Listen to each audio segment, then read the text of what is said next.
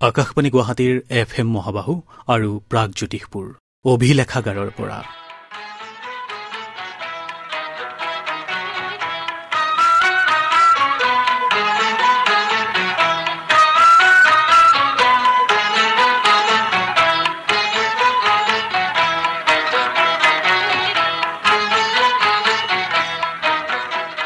Doctor Birendra Kumar Bhattacharya অসমীয়া আধুনিক সাহিত্যৰ দিক নিৰ্ণয়কাৰী নাম। তেখেতৰ ভূমিকাক বাদ দি স্বৰাজোত্তৰ আধুনিক অসমীয়া সাহিত্যৰ বৈচিত্ৰ্য আৰু গভীৰতা অনুধাৱন কৰা কঠিন।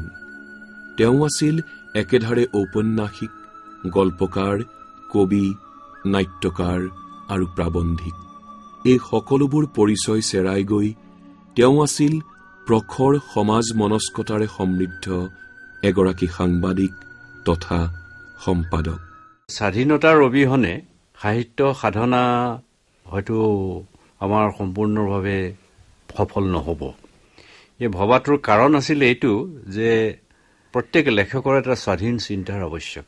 চৰকাৰী চাকৰি কৰিলে বা চৰকাৰী কোনো অনুষ্ঠানৰ লগত জড়িত থাকিলে স্বাধীনতাৰ এটা খৰ্ব হয়। এইটো আমাৰ ব্ৰিটিছ পৰাধীনতাৰ যুগৰ কালৰ আমাৰ এটা খুব ডাঙৰ অভিজ্ঞতা আছিলে। সেইকাৰণে মই এটা সংকল্প লৈছিলোঁ যে পৰাপক্ষত আমি জীৱিকা এনেকৈ উলিয়াম যাতে স্বাধীনতাও ৰক্ষা পৰে আৰু সৃষ্টিশক্তিও অটুট থাকে। ভাতৃৰ বিষয়ে নলিনীধৰ ভট্টাচাৰ্যই লিখিছিল, প্ৰখৰ বুদ্ধিমান বীৰেন সৰুৰে পৰাই জিজ্ঞাসু আছিল। আমাৰ চোতালতে দুজোপা দেৱদাৰু গছ লগালগিকৈ আছিল। গছ দুজোপা ওখ আৰু পোন। সেই গছ দুজোপা দেখিলেই সি কয়, আমি ইমান ওখ হ'ব পাৰিমনে? জীৱনত সি সঁচাকৈয়ে ওখ হৈছিল। তাৰ মনীষাৰে সি খ্যাত হৈ উঠিছিলগৈ। ক'ত পাম এনে সোদৰৰ ভাই, যি ক্ষুদ্ৰৰ দেওনা ভাঙি বিৰাটৰ সাধনা কৰিছিল, মংগলময় ভৱিষ্যতৰ স্বপ্ন দেখিছিল, যাৰ মাজত অতন্দ্ৰিত আছিল অসমীয়া জাতি, ভাষা, সাহিত্য, শিল্পকলাৰ বিকাশৰ বাবে বিৰামহীন অন্বেষা। মৃত্যু যে কাল ধৰ্ম এই কথা বুজিও ক'ব পাৰিছিল, মই মৰিলেও মোৰ মৰণ নাই। জনতাই জানে মই কেৱল বৰ্তমানেই নহয়, মই মহাভৱিষ্যত।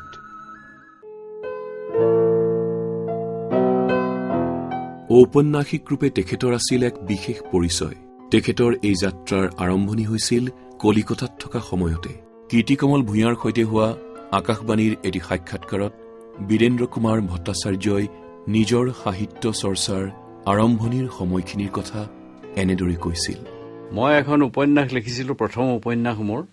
হাৰ্ডিঞ্জ হোষ্টেলত মই কৃষ্ণ বৰকাকতিৰ আলহী হৈ আছিলোঁ আৰু তাত থাকোঁতে মই দিনত এডভান্স কাগজত কাম কৰোঁ আৰু ৰাতি আহি পেলাই উপন্যাসখন লেখোঁ। লিখি পেলাই এইটো সমাপ্ত কৰিলোঁ। কৰি পেলাই অমূল্য বৰুৱা এদিন আহিছিলে তেওঁৰ মেছৰ পৰা।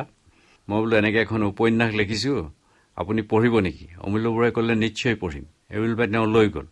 লৈ যোৱাৰ পিছত ইতিমধ্যে তেওঁ সাম্প্ৰদায়িক সংঘৰ্ষত তেওঁ ঢুকালে। ঢুকোৱাৰ পিছত কিতাপখন মই বিচাৰি উলিয়াব নোৱাৰিলোঁ আৰু। স্বৰ্গীয় হলিৰাম ডেকা তেতিয়া তাত এজন প্ৰসিদ্ধ উকিল আছিলে, তেওঁৰো সহায় বিচাৰিছিলোঁ। তেওঁ লালবাজাৰত গৈ পেলাই পুলিচৰ মূল কাৰ্যালয়ত গৈ পেলাই অনুসন্ধান কৰিও সেই বস্তুটো উলিয়াব নোৱাৰিলে। সেইটো লোপ পালে, তাতে নাইকিয়া হ'ল। পিছত উপন্যাসখন আকৌ আপুনি লিখাৰ কথা নাভাবিলে? আৰু মই সেই কথাটো নাভাবিলোঁ, কাৰণ মোৰ মনটো অন্যফালে ঘূৰিলে আৰু সেই যিটো লিখিছিলোঁ সেইখিনি আকৌ নতুনকৈ লিখিব পাৰিম বুলি পেলাই মোৰ ধাৰণা নহ'ল। সেই হিচাপে আপোনাৰ উপন্যাসখনৰ নামটো কি আছিল বাৰু? প্ৰথম কিতাপখনৰ নাম আছিলে মহাপ্ৰস্থানৰ পথিক। আপুনি গদ্যৰে লেখা প্ৰথম আৰম্ভ কৰা নাছিল নেকি?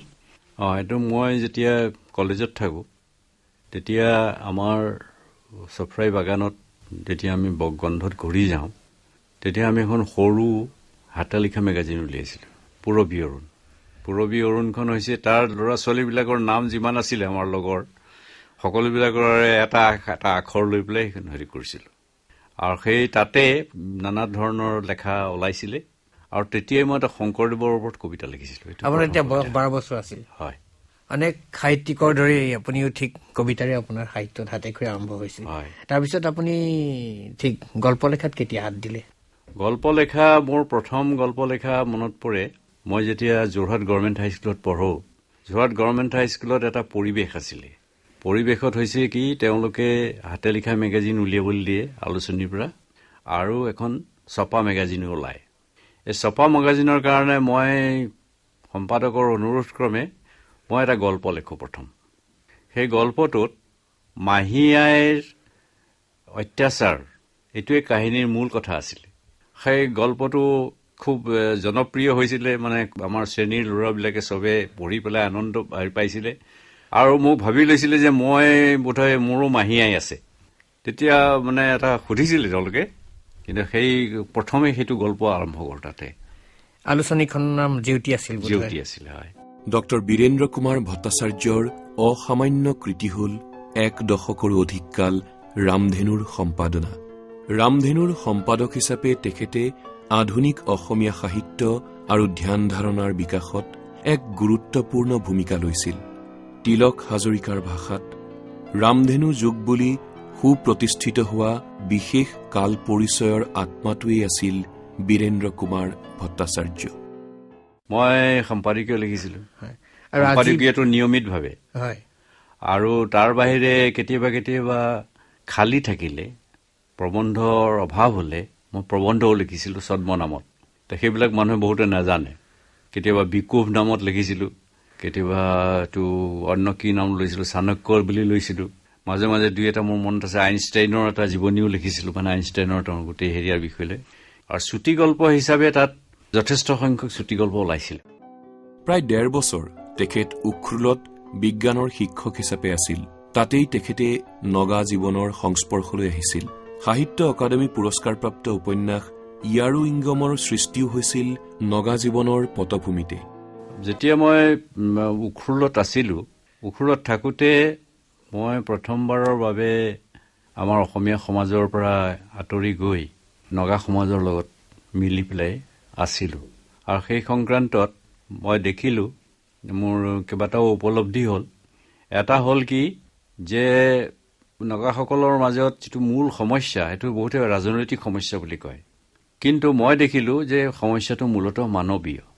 কাৰণ মই এখন গাঁৱত গৈ পেলাই বক্তৃতা দিবলৈ কৈছিলে মোক গীৰ্জাত। সেই বক্তৃতাত মই প্ৰথম কৈছিলোঁ যে আমি স্বাধীনতা পালোঁ, মই স্বাধীনতাৰ পিছতে মই তালৈ গৈছোঁ, আৰু এতিয়া আমি পৰ্বত ভৈয়ামৰ মাজত যিখিনি বেৰ ব্ৰিটিছ গভৰ্ণমেণ্টে কৰি দিছিলে, সাজি দিছিলে, সেই বেৰটো ভাগি গ'ল। এতিয়া আমি একেলগে মিলি পেলাই, উভয়ে মানে দুই সম্প্ৰদায়ে মিলি পেলাই আমি একেলগে দেশৰ উন্নতিৰ কামত লাগিব লাগে। তেতিয়া গাঁৱৰ গাঁওবুঢ়াজনে আহি পেলাই মোক ক'লে, এইটো বোধহয় যীশুখ্ৰীষ্টৰে কৃপা, নহ'লে ভৈয়ামৰ এজন মানুহে আহি পেলাই আমাক এনেকৈও ক'ব যে আমি পৰ্বতৰ লগ লাগি একেলগে উন্নতিৰ কামত লাগো। কাৰণ আমি জানো যে ভৈয়ামলৈ আমি গ'লে আমি তেওঁলোকৰ চৰাঘৰতো বহিব নোৱাৰোঁ, তেওঁলোকৰ গাত গা লাগিলে তেওঁলোকে গৈ গা ধুৱে। তেতিয়া মই প্ৰথমবাৰৰ বাবে বুজি পালোঁ যে নগা সমস্যাটো মূলতঃ এটা মানৱীয় সমস্যা, আৰু আমি এই সমস্যাটোৰ প্ৰতি একো চকু দিয়া নাই। আৰু এই ভাৱটোৱেই মোৰ ইয়াৰিংগম ৰচনাৰ মূল প্ৰেৰণা। আকাশবাণী যোগে প্ৰচাৰ কৰা প্ৰথমখন উপন্যাস শতঘ্নী, তেখেতেই লিখিছিল এই উপন্যাসখন। এখন উপন্যাস তাত মানে অল ইণ্ডিয়া ৰেডিঅ'ৰ এটা কণ্ট্ৰিবিউশ্যন আছে। শতঘ্নী সেইখন হ'লগৈ কি, মই যেতিয়া ৰামধেনু মোৰ নীতিৰ লৈ পেলাই স্বত্বাধিকাৰীৰ লগত মতভেদ হ'ল, তেতিয়া মই ৰামধেনু এৰি গুচি আহিলোঁ। ৰামধেনুৰ পৰা আহিব লগা হ'ল। অহাৰ পিছত মোৰ যিটো এটা নিথৰুৱা অৱস্থা হৈছিলে, সেইখিনি সময়ত ইয়াত যিজন মানে অল ইণ্ডিয়া ৰেডিঅ'ৰ ডিৰেক্টৰ আছিলে গোপাল দাস আৰু বিৰিঞ্চি কুমাৰ বৰুৱা আছিল, তেওঁলোকে এদিন মোক মাতি আনি ইয়াতে চাহ তাহ খুৱাই ক'লে যে আপুনি এখন উপন্যাস লিখক। আৰু সেইখন মই তেতিয়া চীনৰ চলি আছিলে, চীনৰ হেৰিয়াক কেন্দ্ৰ কৰি পেলাই মই শতঘ্নী উপন্যাস লিখিছিলোঁ। আৰু সেই উপন্যাসখনেই প্ৰথম বোধহয় অসমীয়া উপন্যাস যি অল ইণ্ডিয়া ৰেডিঅ'ৰ যোগেদি প্ৰথম প্ৰচাৰ হৈছিল। মই ওৰে দিন পাতিতে চটফটাই আছিলো। কোনো আহি এষাৰ মাত লগাওঁতাও নোহোৱা হ'ল ঘৰখনত। নিজেও উঠি যাব নোৱাৰা হলো। তেনেতে পিয়নটো আহিল। ৰজতে এখন চিঠি দিছে। চিঠিখন মোৰ নামত। লৰালৰিকৈ খামটো খুলি চিঠিখন পঢ়িবলৈ ধৰিলো। শ্ৰদ্ধেয় দেউতা, মই আজি ফ্ৰণ্টলৈ যামগৈ। যোৱাৰ আগতে আপোনাৰ আশীৰ্বাদ বিচাৰিছো। শুনিছো চীনে খুব সৈন্য সামন্ত গোটাই পুনৰ সমৰ আয়োজন কৰিছে। যুদ্ধ যদি হয় তেন্তে এইবাৰ আগতকৈও ভয়ানক যুদ্ধ হ'ব। আশীৰ্বাদ কৰিব যাতে দেশৰ সুনাম ৰক্ষা কৰিব পাৰোঁ। এইবাৰ বোধহয় আমাক ন পদ্ধতিৰে যুদ্ধ কৰিবলৈ শিক্ষা দিব, বিশেষকৈ পৰ্বতীয়া অঞ্চলত যুদ্ধ কৰিবলৈ। প্ৰশান্ত আহিব পাৰে। যদি আহে তাক ক'ব, মই চিৰদিনৰ বাবে অমলাৰ ওপৰত মোৰ দাবী ত্যাগ কৰি আহিছোঁ। অমলাক যে পাহৰিব পৰা নাই, সেই কথা অস্বীকাৰ কৰা মোৰ ভুল হ'ব। অমলাৰো মনত মোৰ স্মৃতি মাৰ যোৱা নাই। আপুনি উৎপাত বুলি যিবোৰ ভাবিছিল সেইবোৰ উৎপাত নাছিল। নতুন পৰিস্থিতিত আমি নিজক খাপ খুৱাই লওঁ। আচলতে তাৰেই চেষ্টা চলিছিল। হৃদয়ক পুনৰ সংস্থাপন কৰা বৰ জটিল কাম। শেহত দেখিলোঁ সেই কাম কৰিবলৈ যোৱাও সম্ভৱপৰ নহয়। প্ৰশান্তই অমলাক ভুল বুজিছে। আপোনালোকেও তাইক ভুল বুজিলে। বাহিৰৰ নিয়ম মতে অন্তৰক শাসন কৰা টান। সেইবাবে মই থিৰাং কৰিলোঁ, ঘৰখনৰ মংগলৰ বাবে মই আঁতৰি আহিব লাগিব, চিৰদিনৰ কাৰণে। চিঠিখন আৰু পঢ়িব নোৱাৰিলো। ৰজতে চৰম ত্যাগ কৰি আমাৰ সকলোকে এক প্ৰকাৰ তাৰ মহত্বৰ বলেৰে পৰাজিত কৰি গ'ল। এই ত্যাগৰ অধিকাৰী অমলা বা প্ৰশান্ত হ'ব পাৰিলেহেঁতেন, কিন্তু সিহঁতৰ মন উদাৰ নহয়।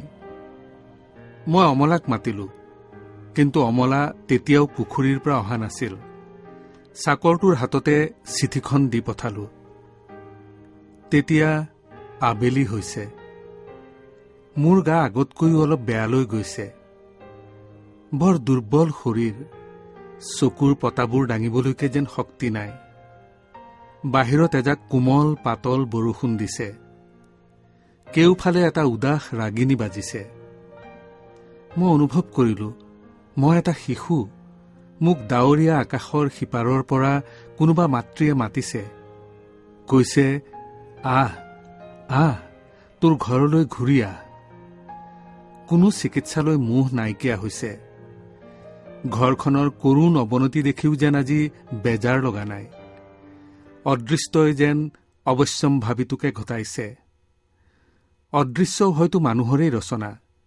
যাৰেই নহওক, এক অৱশ্যম্ভাৱী কৰুণ পৰিণতিৰ উদ্দেশ্যে আগবাঢ়িছে জীৱনটো। ৰজত গ'ল, হয়তো ঘূৰি নাহে। প্ৰশান্ত দুদিনৰ বাবে আহিব। প্ৰমীলা হয়তো ঘূৰি আহিব মাৰ্ঘেৰিটাৰ পৰা। কিন্তু প্ৰমীলাৰ আৰু কোনো ৰাপ নাইকিয়া সংসাৰত। আমাৰ সংসাৰখন হঠাতে ভাগি গৈছে। হয়তো তাক আকৌ পুনৰ নিৰ্মাণ কৰিব নোৱাৰি। শতগ্নিৰ এটি অংশ পাঠ কৰি শুনালে নয়ন প্ৰসাদ আৰু ঋতুপৰ্ণ দাসে। আকাশবাণী গুৱাহাটীৰ বাবে তেখেতে কেইবাটিও স্বগতোক্তি লিখিছিল। 1972 চনত বাণীবন্ধন কৰি আকাশবাণী গুৱাহাটীৰ পৰা প্ৰচাৰ কৰা হৈছিল। এয়া তেখেতে লিখা পিয়লি ফুকনৰ স্বগতোক্তিৰ কিয়দংশ। অভিনয়ত সত্যপ্ৰসাদ বৰুৱা। শুনা সকলোৱে শুনা, মই পিয়লিয়ে কৈ যাওঁ, মৰাৰ আগ মুহূৰ্তত কৈ যাওঁ, শিৱজৰী মই লোৱা নাই, এই শিৱজৰী তোমালোকেহে ললা। কোনদিনা এই দেশ বিদেশীয়ে ল'বলৈ সাহ কৰিছিল? কামৰূপৰ নৰক ভগদত্তৰ দিনৰ পৰা চন্দ্ৰকান্ত সিংহ স্বৰ্গদেউৰ দিনলৈকে আমি স্বাধীন হৈ আছিলোঁ। আজি অপদাৰ্থৰ হাতত পৰি এই দেশ বিদেশী ইংৰাজৰ হাতলৈ গ'ল। এই কলংক মোচনৰ অৰ্থে মই আজি মৰণ বৰণ কৰিলোঁ। কিন্তু শিৱজৰী ল'লেও মোৰ আত্মা অমৰ। তোমালোকৰ লগত থাকি মই তোমালোকৰ স্বাধীনতাৰ ৰণৰ সেনাপতি হ'ম। মই মোৰ মৈদামৰ পৰাই প্ৰত্যেক মানুহকে পৰাধীনতাৰ নাক বা ছিঙিবলৈ ৰিঙিয়াই ৰিঙিয়াই কৈ থাকিম। স্বৰ্গদেউসকলৰ সোণৰ 7 খলপা সিংহাসন মই ৰখি থাকিম। এই সিংহাসন স্বাধীনতাৰ বিগ্ৰহ। মই আকৌ আহিম, বৰ দৈচিলা হৈ আহিম, বৰ বানপানী হৈ আহিম, ধূমকেতু হৈ আহিম। শত্ৰু শক্তি ধ্বংস নহয় মানে মই যুঁজিম, মহাপ্ৰলয়ৰ সৃষ্টি কৰিম। মই আকৌ আহিম, তোমালোকে হেংদাং তুলিবলৈ ভয় খালেই মই আকৌ আহিম, প্ৰলয়ৰ সৃষ্টি কৰিম, মই আকৌ আহিম।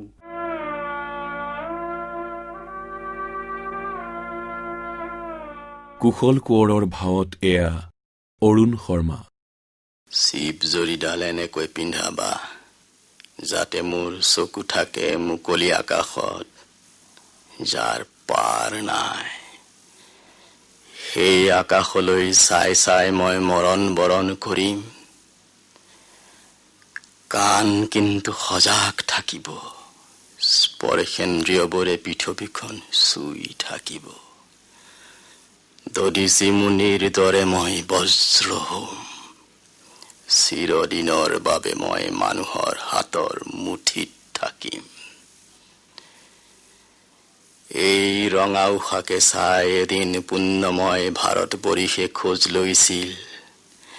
সেই ৰঙা ৰ'দকণ চাবলৈ দিয়া, সেই একেটা মন্ত্ৰকে পঢ়ো।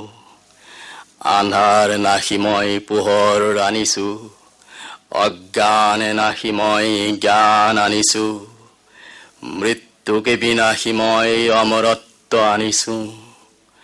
সৰৈৱতী সৰৈৱতী সৰৈৱতী মোৰ গোসাঁই, পাৰ কৰা ৰঘুনাথ সংসাৰ সাগৰে।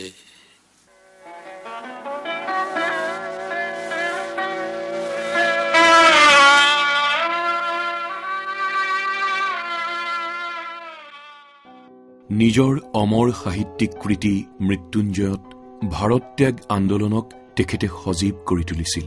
এই মৃত্যুঞ্জয়ৰ বাবেই জ্ঞানপীঠ বঁটা পোৱাৰ পিছত তেখেতে কৈছিল, পুৰস্কাৰে লিখকক প্ৰকৃত আনন্দ দিব নোৱাৰে, লিখকে লিখনিৰ যোগেদিহে পঢ়ুৱৈসকলৰ মাজত চিৰজীৱিত হৈ থাকিব খোজে। আকাশবাণী গুৱাহাটীৰ বাবে এই উপন্যাসখনৰ অনাতাঁৰ নাট্যৰূপ আছিল অৰুণ শৰ্মাৰ। সহস্ৰ কাঠিৰ বান, সেই কাঠিবোৰ খুলিব লাগিব। আমি দুখীয়া, দুবেলা দুসাঁজ খাবলৈ নোজোৰে। খেতিয়ক হ'বলৈ মাটি লাগে, আধি খোৱা মানে গোলামী কৰা। নামঘৰত সোমাবলৈ তাত গোসাঁই মহন্তৰ প্ৰতিপত্তি, ধৰ্মত বামুণৰ অধিকাৰ। এমুঠিমান মানুহে পুৰুষানুক্ৰমে সকলো ভোগ কৰি আহিছে আৰু আমালৈ থৈছে উচ্ছিষ্টখিনি। গাটো সেইবাবে জ্বলে। ভীমসেনৰ দৰে গদা ঘূৰাই সকলোবোৰ ছাৰখাৰ কৰিব মন যায়। বিবিকাই বহুত বুজালে, একেদিনাই নহয়। প্ৰথমতে স্বৰাজ পালে বাকীবোৰ গাঁঠিৰ মান সোনকালেই খোল খাব। কিন্তু এতিয়ানো এইটো কি কাম?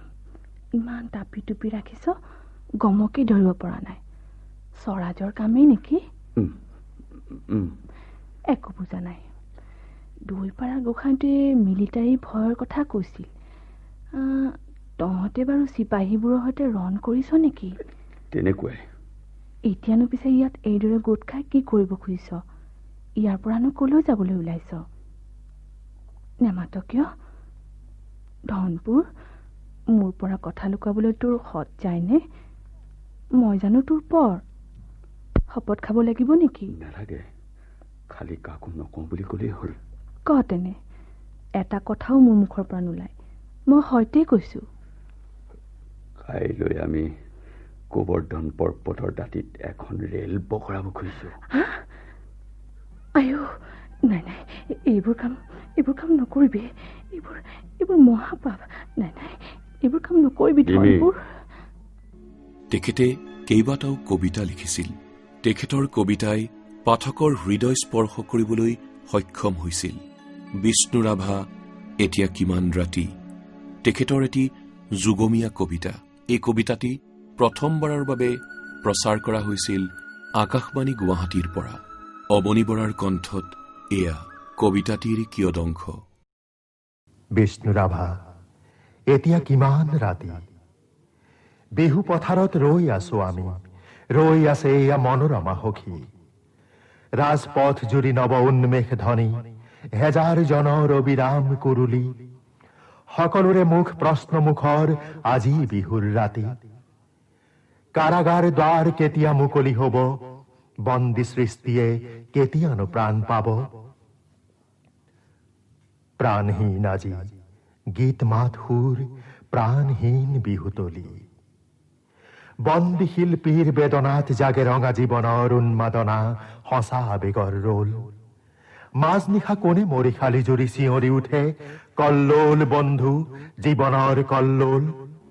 অসম সাহিত্য সভা আৰু সাহিত্য অকাডেমীৰ সভাপতিৰ পদ অলংকৃত কৰা ডক্টৰ বীৰেন্দ্ৰ কুমাৰ ভট্টাচাৰ্য আছিল সমাজ সচেতন আৰু মানৱিক মূল্যবোধৰ প্ৰতি সচেতন। কোনো ব্যক্তিগত কাৰণত তেওঁ কলম ব্যৱহাৰ কৰা নাছিল। কলম ব্যৱহাৰ কৰি গ'ল মানুহ আৰু মানুহৰ সমাজৰ মংগলৰ স্বাৰ্থত। সাহিত্য অকাডেমীৰ সভাপতি পদৰ পৰা বিদায় লোৱাৰ মুহূৰ্তত অকাডেমীৰ সচিব ইন্দ্ৰনাথ চৌধুৰীয়ে তেখেতক এ গ্ৰেট হিউমেনিষ্ট বুলি অভিহিত কৰিছিল। অসমৰ জাতীয় জীৱনৰ এইগৰাকী প্ৰাতঃস্মৰণীয় ব্যক্তিক আমি স্মৃতি দিৱসৰ আজিৰ দিনটোত সশ্ৰদ্ধ স্মৰণ কৰিছো। আৰু শেষত এয়া ডক্টৰ নগেন শইকীয়াৰ কথাৰেই শ্ৰদ্ধাৰ্ঘ্য নিবেদন কৰিব বিচাৰিছো। তুমিনো কোন, দেখিবলৈ কেনেকুৱা তুমি? তুমি কণ্ঠত কি ৰাগ বান্ধি লোৱা? তুমি কেনেকৈ আহা আৰু সুৰভিৰে ভৰাই পেলোৱা? মই তোমাক চাবলৈ, এবাৰ মাত্ৰ চাবলৈ ৰৈ আছো। মোৰ যেতিয়া টোপনিত চকু জাপ খাই যাব খোজে, মই যেন তোমাৰ ভৰিৰ নীৰৱ খোজৰ শব্দ শুনো। যেতিয়া চকু মেলি চাওঁ, তেতিয়া দেখো শূন্য আকাশ, মই তোমাক চাবলৈ বাট চাই আছো। বুকুৱেদি কোন পাৰ হৈ যায়, ঘাঁহনিত থৈ যায় ভৰিৰ খোজ। বুকুৱেদি কোন পাৰ হৈ যায়, ফুলৰ পাহি মোহাৰি কোবাই থৈ যায় তেজৰ নৈ। মই সাৰ পাই চুপে চাপে চাই থাকো। মই সাৰে থাকিলে এতিয়া তেওঁ নাহে, শব্দও নহয়, ঘাঁহনিত চিনো নাথাকে, ফুলৰ তেজৰ নৈও নবয়। মই তেওঁক চাবলৈ বাট চাই আছো। আন্ধাৰক কেনেকৈ গজি উঠে পাখি, কেনেকৈ পাখিয়ে বতাহ কোবাই যায়, কেনেকৈ সৰি পৰে জোনাকৰ সপোন। এই আটাইবোৰ ঘটনা স্বাভাৱিকভাৱেই ঘটেনে? মই চকু মোহাৰি চাওঁ, সঁচাকৈয়ে পোহৰ নাইনে? সঁচাকৈয়ে আন্ধাৰত পাখিবোৰ গজি উঠিছেনে? পাখিয়ে বতাহ কোবাই গৈছেনে? আনিছেনে সপোন?